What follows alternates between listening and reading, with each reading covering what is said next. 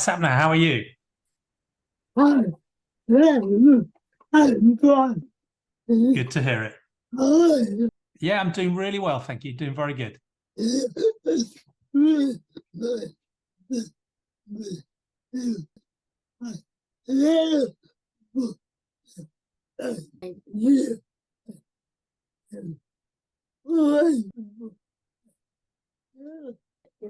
I don't think so. I'm very comfortable with open, free-flowing conversation, and it's an honor to be your first guest too, so thank you.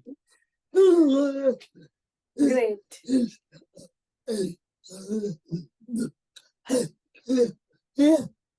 Can you?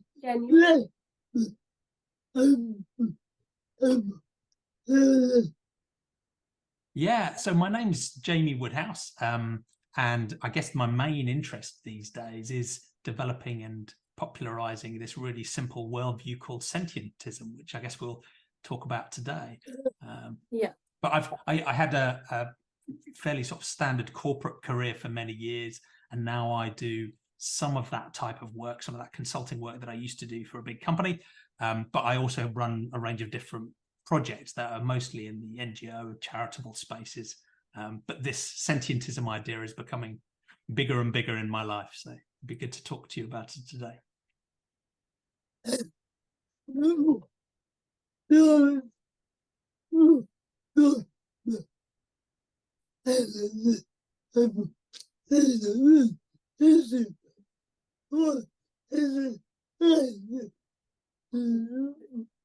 Yeah, of course. So I describe it as a worldview or a philosophy. And in a sentence, you can summarize it as evidence, reason, and compassion for all sentient beings. So like lots of other worldviews, religious worldviews or non-religious worldviews like humanism, I think it's trying to help us answer some really big, deep questions. And for me, the most important questions are, what's real? How should we understand reality, assuming we want to try and make it better? So that's a question of epistemology. But there's also a deep and important question of ethics, who matters and what matters and how should we live a good life?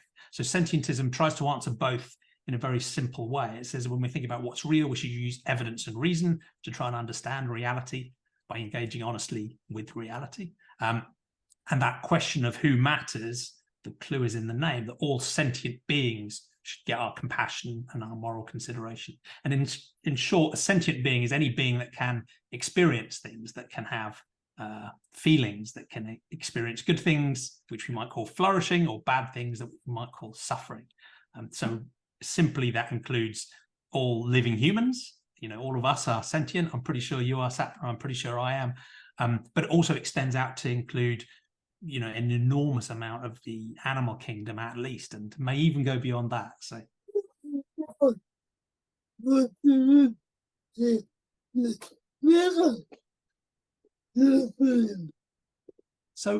I've always had an interest in philosophy and different ways of thinking about the world. And I guess my personal path into this was I grew up originally in England, in a fairly ordinary background. And the dominant worldview in that background was Anglican Christianity. It wasn't particularly central to my family's way of living, but it was just, what people did and what people thought and what people believed. As I grew up and got into my teenage years, I started to dig a little bit into what that really meant. And I started to learn about some other worldviews, other religious worldviews, and the sociology and the history of those too, and came to be increasingly dissatisfied with Christianity, partly because it just didn't seem to be well supported by evidence and reasoning. It just seemed much more likely that these things were human created stories than they were divinely inspired truths. But also because I was increasingly dissatisfied with some of the ethical problems I was seeing in certain parts of the Christian worldview too. I was asking myself questions like, well, why can't women be priests, for example? And it seemed odd to me. So there were some ethical challenges. And I also didn't like the idea that a perfectly compassionate being would create a place where billions of innocent people would burn in hell for eternity. That didn't seem like a good role model for me ethically too. So I moved away from Christianity and became an atheist, I guess, as a teenager. But atheism isn't really that interesting. It just says, I don't think there's a God. And there are so many things that I don't think there's good evidence to believe in. So atheism isn't particularly interesting. And it doesn't really tell us much about ethics either. So then that was how I came on to discover humanism, which I think of as, it takes that naturalistic approach of understanding the world. We use evidence and reason. We don't need a supernatural being to tell us what's good and bad. We can just decide that as humans.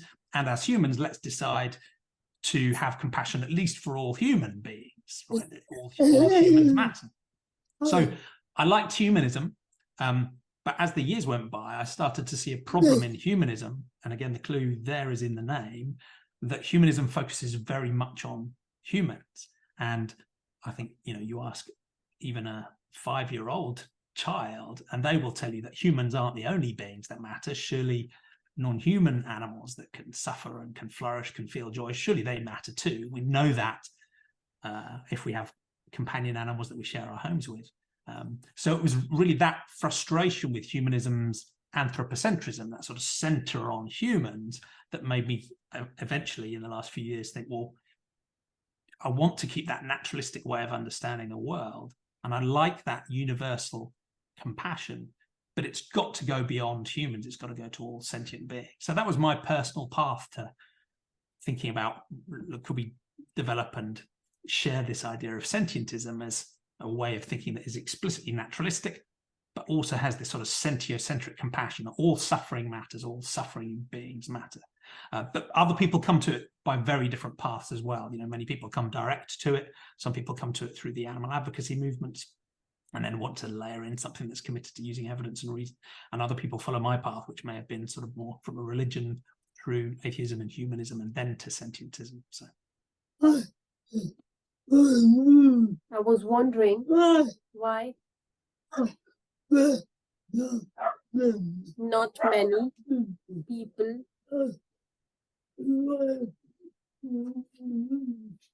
yeah.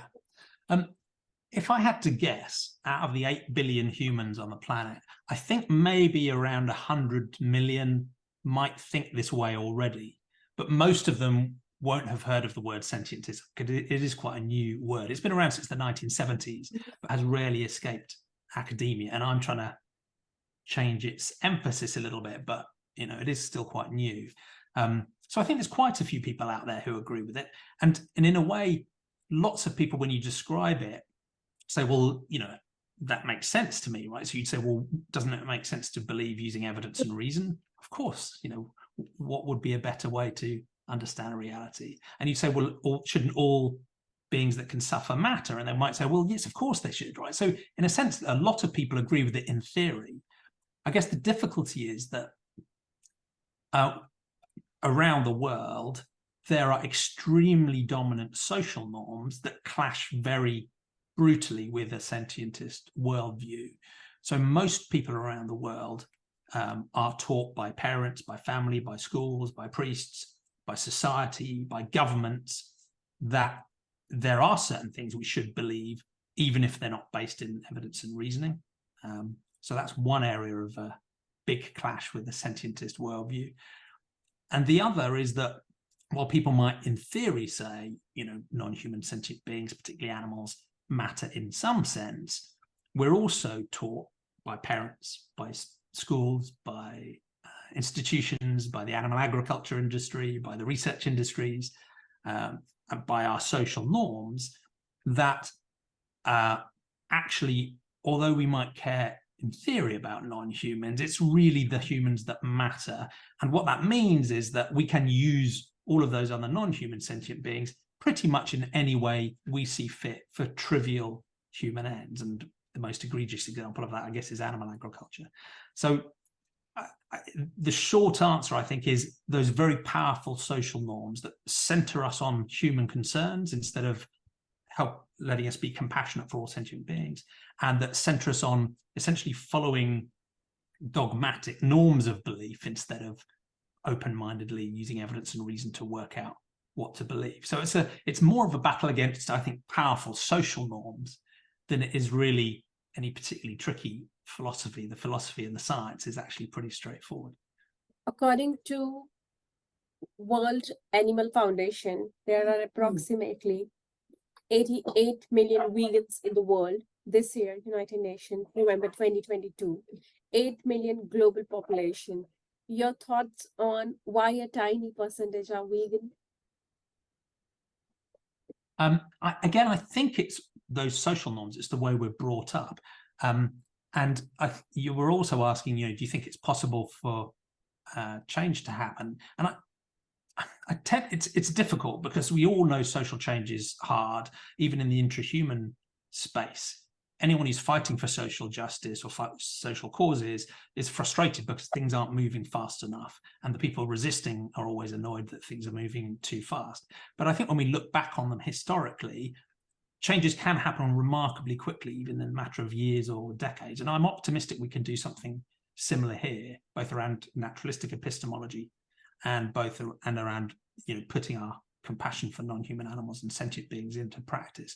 And part of my hope comes from, I guess, the way young children think, even before they learn things, before they're frankly indoctrinated by these social norms. So I think if you speak to many young people, and I'm lucky to do that because one of the things I do is give talks and lectures and classroom sessions that talk about worldviews.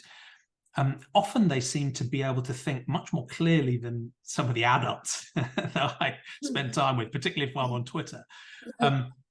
So I think many young people, intuitively, they're a little bit like little scientists, right? They're exploring the world, they're using their senses, they're trying to understand things honestly. They haven't yet been taught fabrications, right? So there is an intellectual honesty there. And I think we can get back to that as adults. But there's something similar going on in the compassionate space as well. I don't want to be naive about young kids because sometimes they will be cruel, but most young children, I think if you get them to spend some quality time with a pig or a cow or a chicken or a fish in a sanctuary or a safe wild environment, would not want to hurt that animal, and indeed would, vociferously reject the idea of needlessly hurting that animal. So I think the raw material in human ethics is there already, that sort of intellectual curiosity and that will to learn, the reality about reality, but also that intuitive compassion that, we feel or we intellectualize that needlessly hurting others, needlessly killing others is just intuitively and intrinsically a wrong thing to do. So I think that raw material is there in the human psyche. Of course, there's a lot of problems in the human psyche too, and in those social norms. So that's part of the reason I'm optimistic we can drive that change. I guess another reason I'm reasonably optimistic is that it's only really in the sort of dominant Western cultures that industrial animal agriculture has taken center stage. And indeed, some academics argue that animal agriculture was one of the driving forces behind a lot of colonialization and imperialization through its land hunger and various other related processes. And there's some philosophical links there as well around, might makes right ethics and a sort of domination of the landscape and of those weaker than us. So there's some interesting themes there. But again, when you take a global perspective, much of the world outside of the Western educated industrialized economies is already much closer to ultimately a vegan way of living than the industrialized rich West. So I think there's also some hope there, because the pressures of both, simple ethical philosophical thinking, you look at ideas like ahimsa and you look at some of the other themes that run through many of the global religions and other worldviews, already extend compassion beyond the human in a very rich way, much more generously than the sort of anthropocentric West tends to do. But when you layer onto that the environmental reasons and the human health reasons for transitioning away from animal agriculture, I think there are so many different pressures that actually might force us in a more productive direction.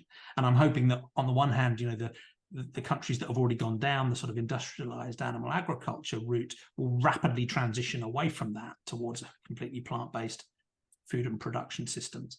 And that the countries that haven't yet gone down that industrialized route will find a completely, a different and an alternative path, and one that is respectful to the fact that in many of those countries, animal agriculture is much more deeply embedded in a wider range of the population. So you need to find a very different, sympathetic, just transition way to make that change happen. But overall, I do think we can get there, partly because most humans want to get there. Most humans don't want to hurt animals, simply speaking, but also because those environmental and health and pollution and land use and water use pressures will frankly just force us away from those types of systems over time. Yeah. Yeah. Yeah. So you Yeah. said Yeah. most Yeah. humans Yeah. don't Yeah. want to. Yeah. So you said most humans don't want to hurt animals. Yeah. So I was wondering,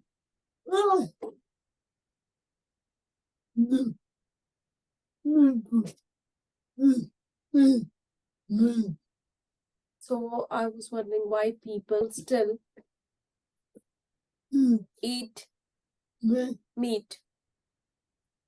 Yeah, there are so many reasons, and I'm lucky to run my own podcast called Sentientism, and some of the most fascinating conversations there have been with psychologists and sociologists who are focusing on exactly that problem. I think the biggest reason is because we've been taught it's normal.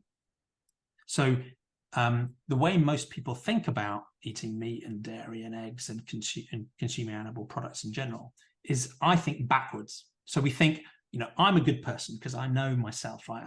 I care and I want to be a good person. The people around me are good people too.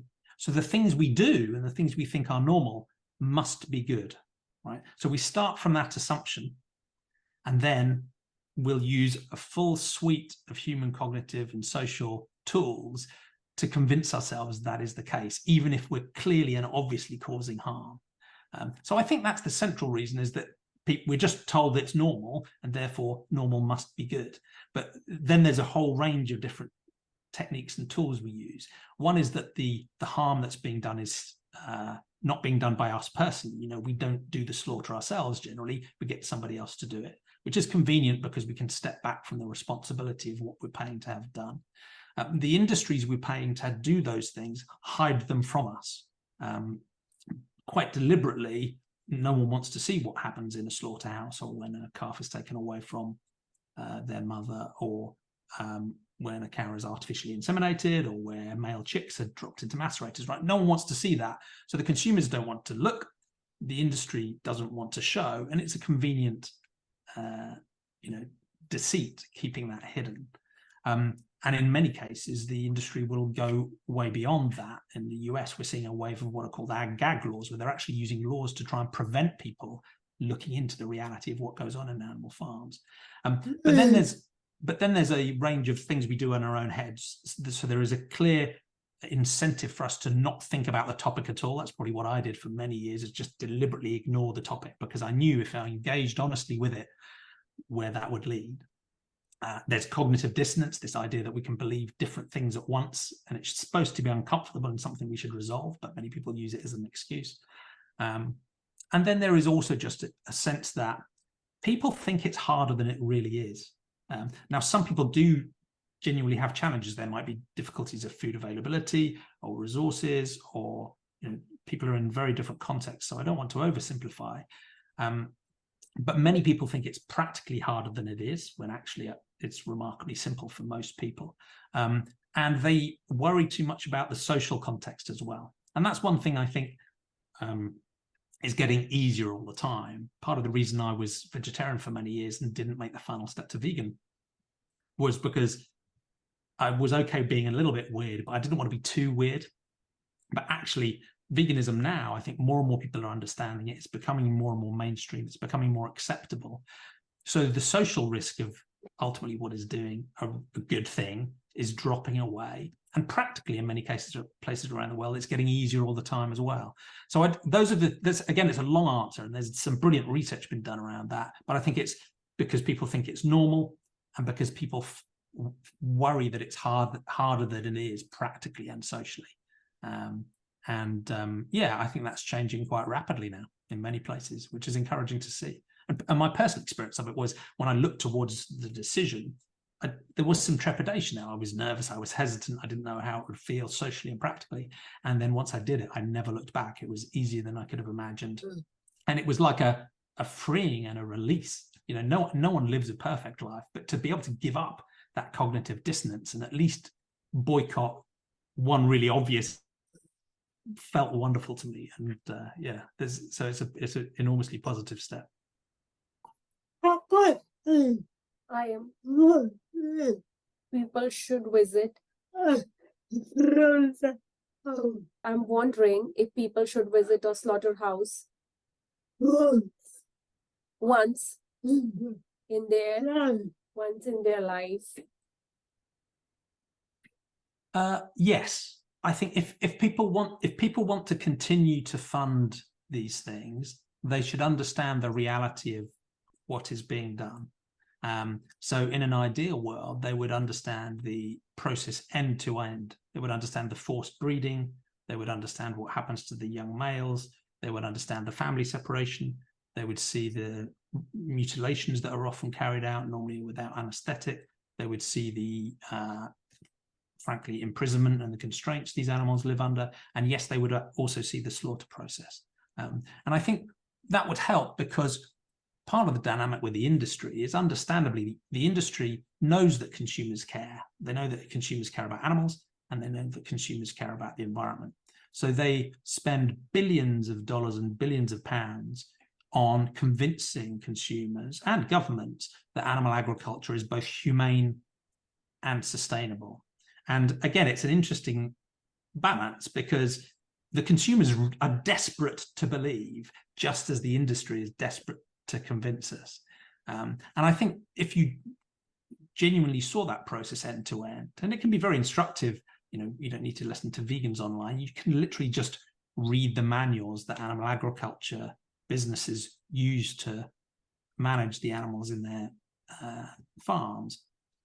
When you see the reality of those things and you compare them against the very definition of the word humane, which means to be treated with kindness and compassion, it becomes very clear that there is no such thing as humane animal agriculture. And to describe any method of slaughter as humane is egregious. You know, we're not talking about compassionate euthanasia for a loved pet to save them from suffering. We're talking about shooting someone or electrocuting them or gassing them before cutting their throat so we can eat bits of their body, right? That just doesn't tie up with any definition of the word humane whatsoever. So again, a long answer, but in short, yes. But I think almost maybe as impactful would be for people to visit farmed animals in sanctuaries where they've been saved from animal agriculture. Because one of the difficulties about the slaughterhouse visit is that the horror can be so egregious that I think people psychologically disconnect. They can't engage emotionally or intellectually with what has happened. And that can lead them again to just deny or ignore or walk away or just try and forget it so they can go back to their normal lives. Whereas I think if you visit farmed animals in a sanctuary and you really get a sense of their personalities, their social groups, and the positive potential for the life that they would really love to live with their families, maybe that's another good compliment. Maybe people should do both to get a real sense for what it might actually be like to be one of these animals and take their perspective. Because I think that's the ethical core here, is to, as we do with other humans, we'll never get this right, but to try and understand the perspective of the other and take that seriously and care about it. And that's exactly what a farmed animal sanctuary can help us do. Just as, we might understand to some degree what it's like to be a dog or a cat by sharing our homes with them. Okay. Great. Thank you.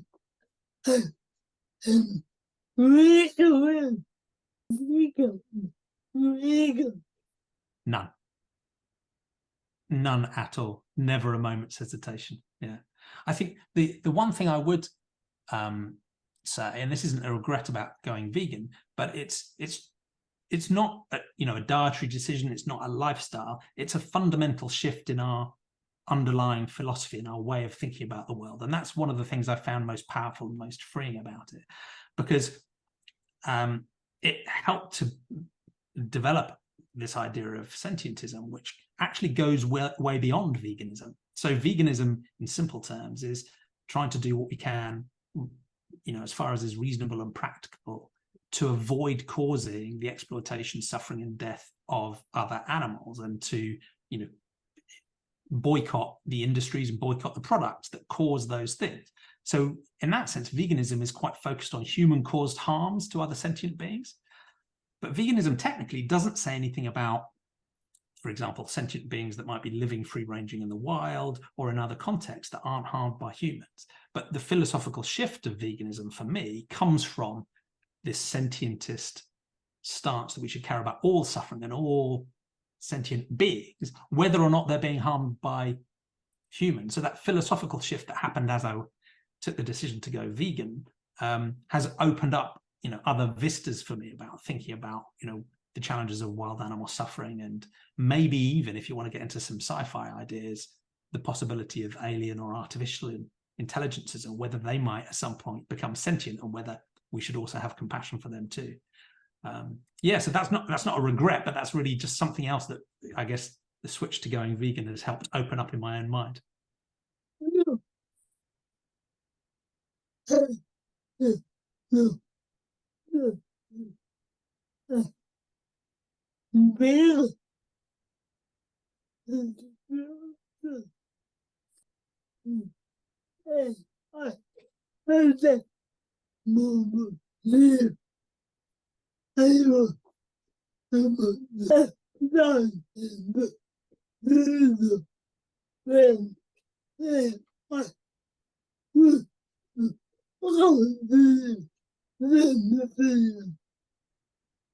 I think it's possible, and it could happen reasonably soon. Now, sentientism is quite neutral on the topic. So sentientism doesn't tell us what sentience is. So there are lots of different philosophies of mind about, whether you take a panpsychist approach or a physicalist approach or something else. So it doesn't tell us what it is. It just says wherever it is and whoever has it, it matters. But personally, I take quite a physicalist approach to consciousness. So I think that consciousness and sentience are really an evolved class of information processing that you and I happen to be doing in our brains, and that most other animals happen to be doing as well. And I think it probably evolved sometime in the Precambrian because it was adaptive in an evolutionary sense to move towards good stuff and move away from bad things. So I think that's where sentience ultimately came from. But because I have quite a physicalist way of thinking about sentience, while it evolved in biological animals, because I think it's a physical thing, it's a class of information processing, I don't see any reason in principle why it couldn't exist in an artificial intelligence too. And that could come about because it's gone through some sort of analogous evolutionary process, or because we've designed it in, or by accident. And there's been some fascinating papers that have come out in the last couple of days where people have taken lots of different theories of consciousness and used them to assess current artificial intelligences like ChatGPT and some of the big large language models. And their conclusion, which I think I agree with, is that none of them are sentient yet, but it's something that could happen. And I think we need to worry about that, because I can imagine a situation where we stumble into creating artificially sentient beings and causing them to suffer in deeply unpleasant ways. And that would be morally wrong. So yeah, I think it's something we shouldn't stumble into. We should be extremely careful about, and that we shouldn't create artificial sentience until we're very confident that they could essentially have what we might call good lives. And that topic can irritate many people in the animal advocacy and the vegan world, because it sounds like it's a sort of sci-fi intellectual crazy thing, right? And we have bigger problems to deal with today. And I'm totally sympathetic with that, because we have 80 to 100 billion land animals and a couple of trillion aquatic animals at least that are being exploited, harmed, and killed every year for largely trivial human ends. But I do like the idea of having a philosophy that is at least consistent in saying wherever sentience is, it matters. And it also is a useful way of getting another influential group of people in government and policy and academia to say, well, yeah, you're absolutely right. We should worry about these potentially sentient artificial intelligences. And by the way, if you're worried about these potentially sentient artificial intelligences, of course, you have rich compassion for all of the hundreds of billions of very obviously sentient farmed animals we have we're exploiting today. So it's a useful way of drawing people back to that idea of philosophical consistency and saying, well, if you're even slightly worried about sentient AI, you should absolutely worry about the farmed animal that's on your plate for lunch today.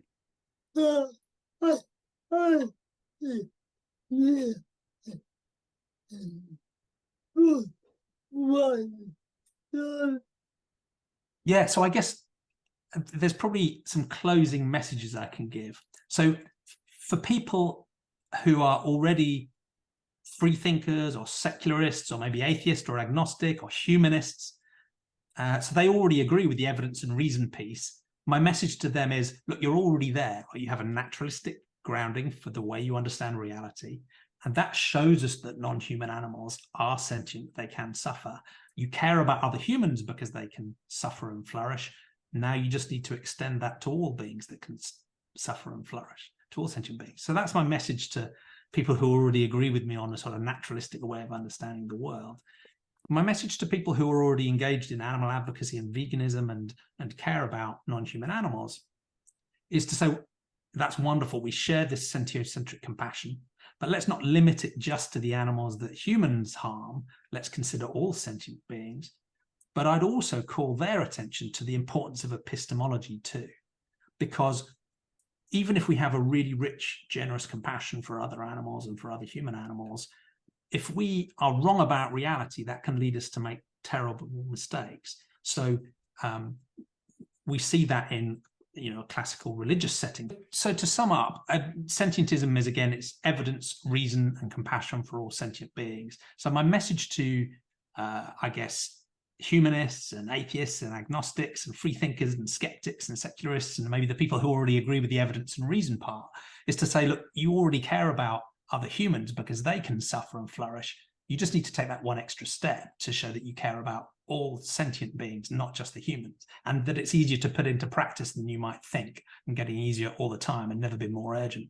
I guess my message to those who are already convinced on the compassion for all sentient being side, they might be animal advocates or vegans or people who are involved in helping animals in some way. Again, we agree on this compassion for all sentient beings, but my message is, don't just focus on the sentient beings that humans are actively harming. Let's think about all of the sentient beings. So let's make sure we are expansive enough in our moral scope.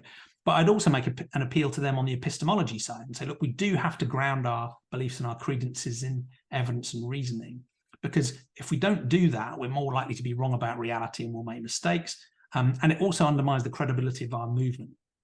So if people are either allowing religious or supernatural or spiritual beliefs to warp their compassion, to maybe lead them into in-group, out-group thinking, or think that certain things are justified because a deity has told them to do something, even compassionate people can do terrible things. And as we see in, the perennial misinformation and disinformation spaces, again, even compassionate people, if they come to believe in QAnon or untested supplements or homeopathy or flat earth, or the list goes on, right?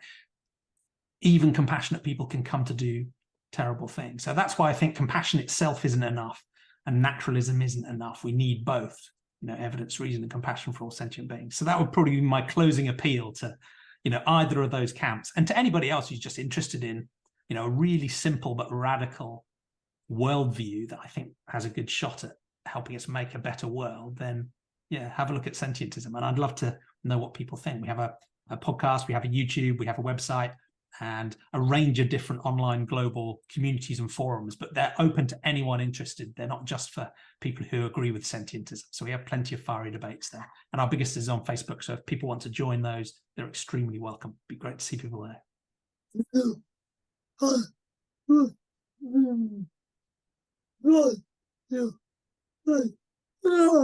So how will people find your podcast? If they search for the word sentientism anywhere, they'll find it. So if you go to YouTube and type in sentient with ism on the end, you'll find it. If you go to your podcast player and type in sentient with ism, you'll find it. If you go to Facebook or Discord or Telegram or Signal or Reddit or any other platform, or TikTok even, don't tell my kids, and search for sentientism, you'll find it there too. But our website is called sentientism.info. So if you're not sure, that's the one place to go, and you can find all of the links from there. Thank you. Thank you so much.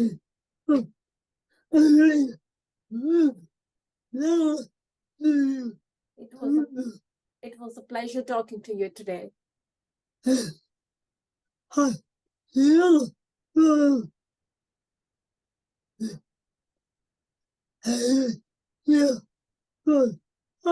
And I'm looking forward to having your podcast out there. Yeah, thank you. It's such an honor to be your first guest. I'm looking forward to many more in the future, and I hope maybe I can even count you as a celebrity sentientist too.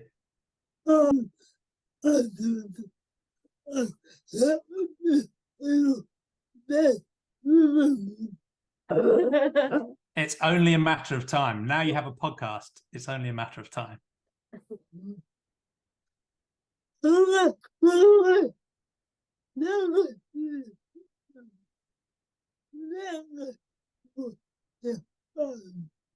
It's such a pleasure. Thank you. Please stay in touch. I look forward to talking again.